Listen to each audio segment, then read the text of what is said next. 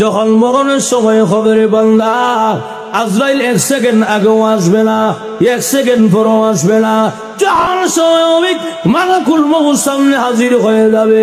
অতএব ও বানিয়াচং তাতারি মহল্লার মানুষ, ফিরে আনো হুশ।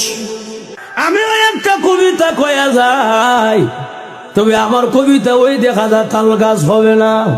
আমার কবিতা হবে ওই দেখা যায় কবরস্থান, ওই আমাদের ঘর, ওইখানেতে থাকতে হবে সারা জীবন ভর। ঠিক না? ওই দেখা যায় কবরস্থান, ওই আমাদের ঘর, ওইখানেতে থাকতে হবে সারা জীবন ভর। ও কবর তুই চাস কি? টাকা পয়সা নেসনি, সুদ ঘুষ খাসনি? বলে না, টাকা পয়সা নেই না, সুদ ঘুষ খাই না, মুমিন বান্দা পাই না।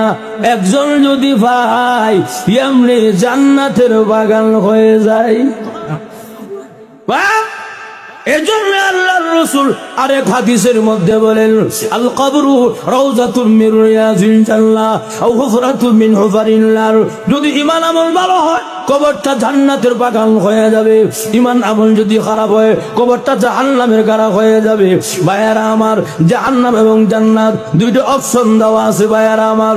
ঈমান আমল যদি খারাপ হয় আযাব আরম্ভ হয়ে যাবে, শাস্তি আরম্ভ হয়ে যাবে।